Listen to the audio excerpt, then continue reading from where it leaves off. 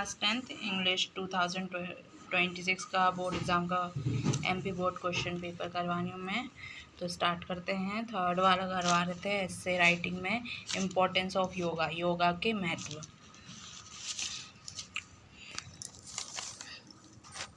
Yoga is holistic discipline. तो योगा एक पूरा एक अनुशासन है दैट यूनाइट द बॉडी, जो बॉडी को एक करके रखता है, माइंड दिमाग को, एंड सोल आत्मा को, थ्रू फिजिकल पोस्चर, किसके साथ, अपने शारीरिक शरीर के साथ, ब्रीदिंग टेक्निक, अपनी सांस की टेक्निक अच्छी होना चाहिए, अच्छी करता है, एंड मेडिटेशन और ध्यान अच्छा करता है। The core importance of yoga, yoga के महत्व क्या है? फिजिकल हेल्थ एंड फिटनेस, वो हमारे शरीर की हेल्थ और फिटनेस का ध्यान रखता है। रेगुलर प्रैक्टिस, रेगुलर हम प्रैक्टिस करते हैं। बिल्ड मस्कुलर स्ट्रेंथ, वो हमारे मसल्स को ताकत देता है। इम्प्रूव जॉइंट मोबिलिटी, अच्छी रखता है हमारे जॉइंट, हमारे हड्डियों में हड्डियों को जॉइंट रखता है। एंड इंक्रीज कोर फ्लेक्सिबिलिटी, और हमें फ्लेक्सिबल बनाता है। फ्लेक्सिबल मतलब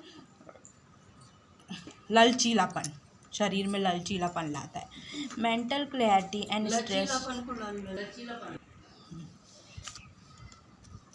mental clarity and stress relief, दिमाग को साफ रखता है और शांति देता है। स्ट्रेस फ्री, टेंशन फ्री रखता है। स्ट्रेस रिलीफ, टेंशन से आराम मिलता है और दिमाग को क्लियर करता है।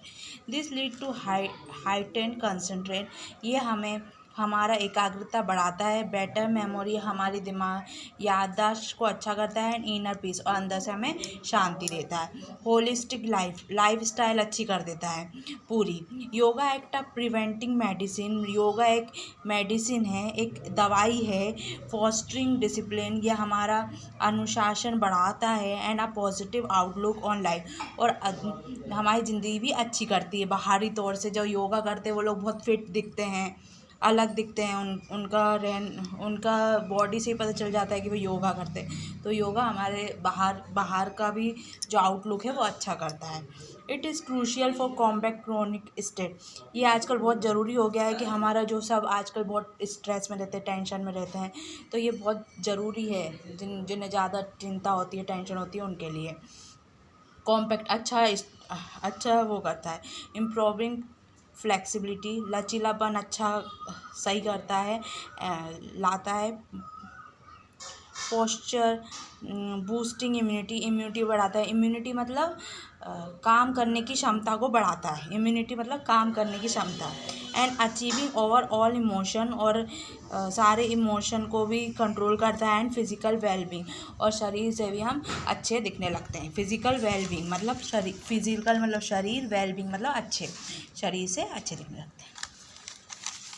एन आइडियल टीचर, एक अच्छी शिक्षक।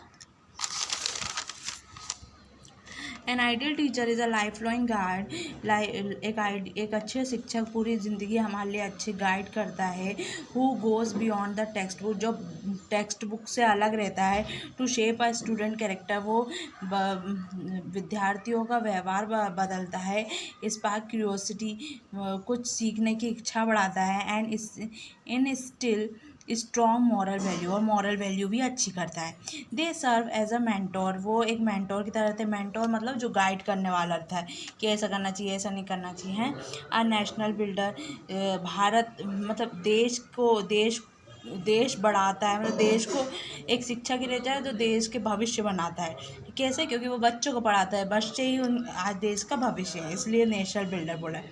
Dedicating their lives to the nurturing the potential hidden within every individual, हर एक को वो अच्छे से पालन पोषण करते हैं, मतलब अच्छे से उनको बनाते हैं। कैसे बनाते हैं? वो एक अच्छा टीचर अच्छा भविष्य बनाता है। The quality of ideal teacher, अच्छे टीचर की क्वालिटी होता है। एम्पैथी एंड पेशेंस, सहानुभूति और सहन शक्ति। And ideal teacher understand that every student learn at different phase, एक अच्छे शिक्षक को ये जानना चाहिए कि हर विद्यार्थी अलग होता है, उसका पढ़ने का तरीका भी अलग होता है। An ideal teacher is a life long mentor. वो लाइफ लॉन्ग मेंटोर रहता है, पूरी ज़िंदगी का हमारा मेंटोर रहता है, पूरी ज़िंदगी हम उसी के हिसाब से जीते हैं। Who beyond academy to build character, जो हमारा व्यवहार बनाता है, एंड इंस्पायर क्यूरियोसिटी, और हमें इच्छा बढ़ाता है हमारी। They create an inclusive environment, वो माहौल बनाता है अच्छा। Addictive lesson to fit every student, जो बच्चे सब सीख सके कुछ, हर स्टूडेंट, हर बच्चे सीख पाए। यूनिक फेक, अच्छी गति से। While instilling core life value like integrity, वो हमें स्थापना करता है, हम इंटीग्रिटी एकाग्रता बनाता है। एम्पैथी, सहानुभूति, एंड रिसाइलेंस, लचीलापन लाता है। बस। Utility of science in daily life, science की ज़रूरत रोज़ की ज़िंदगी में। Science is a backbone of modern civilization. आज साइंस आज के ज़माने की बैकबोन है, हड्डी है, रीढ़ की हड्डी है मॉडर्न से आज के ज़माने की। ड्राइविंग ह्यूमन प्रोग्रेस, वो लोगों को इंसान ह्यूमन को प्रोग्रेस दे रहा है, तरक्की दे रहा है लोगों को। शेपिंग आवर डेली रूटीन, और हमारा रोज़ का रूटीन में आता जा रहा है science. Health care and medicine, हमारी हेल्थ, शरीर के स्वास्थ्य की, और दवाई। The most profound impact of science in human health, सबसे ज़्यादा ह्यूमन की हेल्थ पे पड़ा है साइंस का। कुछ भी बीमारी हुई अपन मेडिसिन ही लेते हैं, वो मेडिसिन किससे बनती है? साइंस से ही बनती है।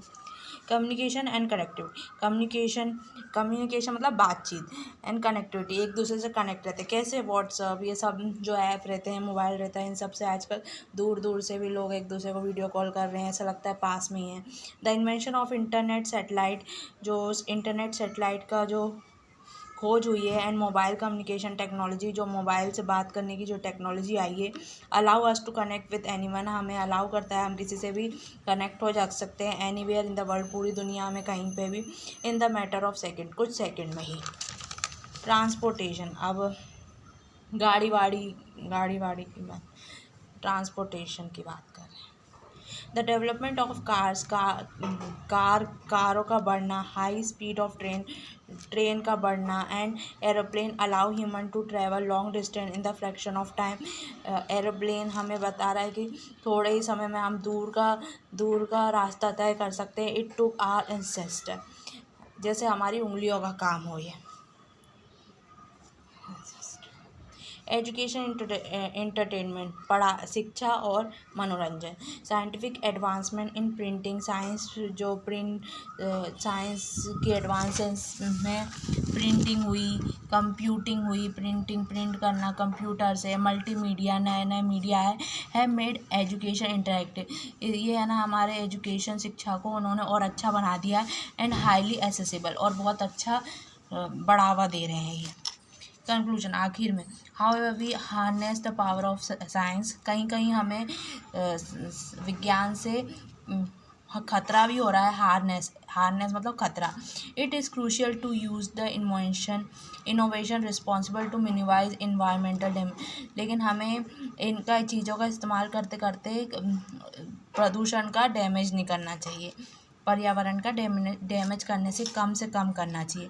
And ensure a sustainable balance future for, और अपने आने वाले कल के लिए बैलेंस करके रखना चाहिए।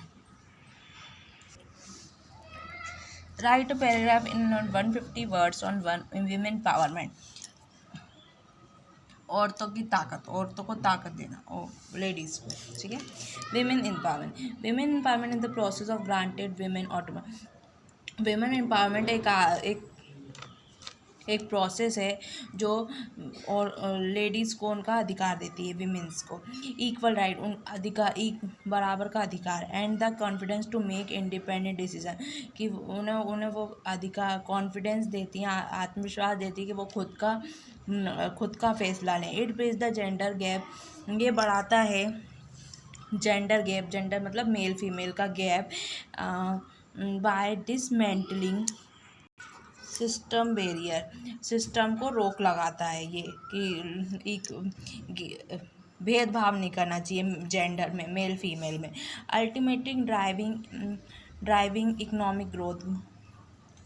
इकोनॉमिक ग्रोथ, रिड्यूस पॉवर्टी, ये क्या करता है, इकोनॉमिक ग्रोथ करेगा अपनी, रिड्यूस गरीबी हटाएगा, and creating a more just and progressive society, और हमारे समाज को भी बढ़ावा देगा। द डायमेंशन ऑफ एम्पावरमेंट, इसका परिणाम क्या होता है। Women empowerment span across several interconnect, जो वुमेन को एम्पावरमेंट मिलता है उससे बहुत सारे पिलर इंटरकनेक्ट हो रहे हैं, बहुत सारे लोग इंटरकनेक्ट हो रहे हैं इससे। Is essential for true gender equality, ये क्या होता है, ये सही जेंडर इक्वालिटी। कहीं कहीं ऐसा, आजकल ऐसा नहीं है, आज जिस भी फील्ड में चले जाओ विमेन भी दिखेगी। पहले विमेन काम नहीं करती थी बाहर, लेकिन आज जिस भी फील्ड में चले जाओ, साइंस में हो या किसी भी चीज़ में हो, वहाँ विमेन दिखेंगी। Access to quality education is the foundation tool of सबसे ज़्यादा कैसे बढ़ा सकते हैं अपन वुमेन एनवायरनमेंट, शिक्षा प्रदान करके सबको। Financial autonomy allow women to control their own livelihood, जब उनको अधिकार मिलेगा फाइनेंशियली मतलब पैसे से उनको अधिकार मिलेगा, तो वो अपनी ज़िंदगी खुद जी सकती हैं अपने हिसाब से। लिवलीहुड मतलब ज़िंदगी जीना। Legal protection against domestic violence, हमें लीगल प्रोटेक्शन रहना चाहिए घरेलू हिंसा के ऊपर, उनके ऊपर घरेलू हिंसा ना हो। डिस्क्रिमिनेशन इंश्योर फिजिकल सेफ्टी, उनको सुरक्षित महसूस करवाना चाहिए। एंड बॉडीली ऑटोनॉमी, और उन्हें हर तरह का अधिकार देना चाहिए। लुक एट द पिक्चर, ये पिक्चर देखो, गिवन बिलो जो नीचे दिए, and produce a small paragraph. ये पिक्चर देखो और इसमें एक पैराग्राफ बनाओ। ये पिक्चर तो ऐसी लग रही गांव की हो, देखो ये कंडे थोप रही हैं लेडी, ये भैंस लगा के आया है आदमी था बाल्टी लेके, तो एक विलेज लाइफ लग रही है, तो विलेज लाइफ के बारे में लिखेंगे। इन अ ट्रेडिशनल विलेज, पुराने ज़माने में जो गांव होते थे, cow from the centre of sustainable, का जो गाय रहती थी सब कुछ देती थी, सस्टेनेबल उनके लिए सब कुछ करती थी, ज़ीरो वेस्ट ऑफ साइकिल, कुछ भी वेस्ट नहीं जाता था। The cow provide nutrition milk, गाय उनको मिल्क देती थी। It dung act as a organic fertiliser, उसका जो गोबर रहता था, डग रहता था, वो बहुत अच्छा फर्टिलाइज़र रहता था टू ग्रो क्रॉप, अनाज उगाने के लिए। काउ डग मतलब गोबर। फार फ्रॉम बीइंग वेस्ट, कुछ व्यर्थ जाने से दूर। डग इज़ अ वैल्यूबल रिसोर्स, जो गोबर रहता है वो बहुत कीमती रिसोर्स है। It is mixed with soil, ये मिला हुआ रहता है सॉइल से और वाटर पानी से। टू प्लास्टर फ्लोर, अच्छा इसे मिट्टी और पानी से मिलाकर इसे ज़मीन पे प्लास्टर करते थे लोग, एंड वॉल दीवारों पे भी करते थे फॉर नेचुरल इंसुलेशन, उससे वो अच्छी इंसुलेशन, इंसेक्ट कंट्रोल शेप, उससे कीड़े नहीं आते थे। ड्यू टू ड्राइड केक, जब वो सूख जाता था, used as a eco friendly cooking fuel, वो खाना बनाने काम आता था। And composite into rich organic manure, और इससे बहुत अच्छा मैन्यूर भी बनता है। To nourish farm of crop, जो क्रॉप को अनाज को मिलता है। काउ मिल्क, अब काउ के दूध का क्या काम रहता है। Cow are carefully rear to produce milk, गाय का बहुत ध्यान से निकालना पड़ता है उसका दूध।